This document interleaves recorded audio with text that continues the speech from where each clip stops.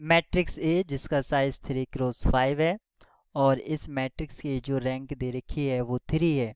यहाँ पर एक सिस्टम जिसको रिप्रेजेंट किया गया है Ax इक्वल्स टू बी, और इस सिस्टम के बारे में डिफरेंट सजेशंस हैं और हमें आइडेंटिफाई करना है कि कौन सा सजेशंस इसमें से ट्रू है। तो अगर ये सिस्टम है Ax equals to B, option A में कहा गया है system of linear equation has a solution for any column vector B, किसी भी एनी यानी कि for all B belongs to जो भी आपका रहेगा R3, बी आपका R3 से आएगा। सभी बी के लिए यहाँ पर सोल्यूशन होगा इस सिस्टम का। आप ये कैसे कह सकते हैं, क्योंकि रैंक ऑफ ए जो है वो 3 है। अगर आप इसमें एक कॉलम वेक्टर और ऐड कर देंगे जिसको हम ऑगमेंटेड मैट्रिक्स बोलेंगे, तब भी इसकी रैंक पर कोई फर्क नहीं पड़ेगा और ये लेस देन है नंबर ऑफ वेरिएबल से। तो आप यहाँ पर समझ सकते हैं कि इस सिस्टम का सल्यूशन होगा ही होगा और इनफाइनाइटली मैनी सॉल्यूशंस होंगे किसी भी कॉलम वेक्टर के लिए। तो आप यहाँ पर देख सकते हैं ऑप्शन ए में the system of linear equation Ax equals to B has a solution for any column vector B. तो ये ट्रू स्टेटमेंट है। अगर आपको तब भी नहीं समझ में आया है तो मैट्रिक्स ए को आप किसी भी मैट्रिक्स को आप लीनियर ट्रांसफॉर्मेशन की हेल्प से समझ सकते हैं। तो मान लीजिए एक ये लीनियर ट्रांसफॉर्मेशन ए रिप्रेजेंट करता है जो R5 से R3 को जाती है।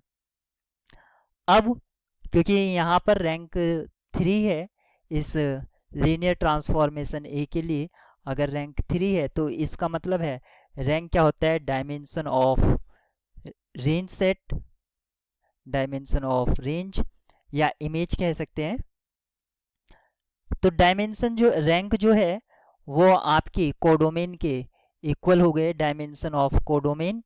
और अगर ये इस तरह से हो जाता है तो ये ऑन टू हो गया है। इसका मतलब है कि जो भी बी R3 में बिलोंग करेगा या हर एक एलिमेंट जो R3 में बिलोंग करेगा उसकी प्री इमेज हमें मिलेगी ही मिलेगी। तो B जो R3 से आ रहा है उसकी हमें एक प्री इमेज मिलेगी, यानी कि X एग्जिस्ट करेगा। इसका मीनिंग है X बिलोंग्स R5 एग्जिस्ट करेगा ही करेगा such that Ax equals to B। The system of linear equation option B में कहा गया has infinitely many solution because of जो रैंक है वो less than number of variable है। ऑगमेंटेड मैट्रिक्स की रैंक और कोफिशिएंट मैट्रिक्स की रैंक सेम है लेकिन लेस देन वेरिएबल है, तो इसलिए infinitely many solution.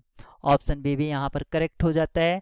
Option C की बात करते हैं the system of linear equation Ax equal to B has unique solution for any column vector B. ये गलत है क्योंकि यहाँ पर जो रैंक है वो लेस देन वेरिएबल है तो यूनिक सोल्यूशन किसी भी केस में एग्जिस्ट नहीं करेगा। और यहाँ पर लिखा है मे नॉट हैव सोल्यूशन, तो ये केस भी हमारा पॉसिबल नहीं होगा। ऑगमेंटेड मैट्रिक्स का रैंक और कोफिशिएंट मैट्रिक्स का रैंक क्योंकि सेम है। इस प्रॉब्लम के लिए जो की है ऑप्शन ए एंड बी है।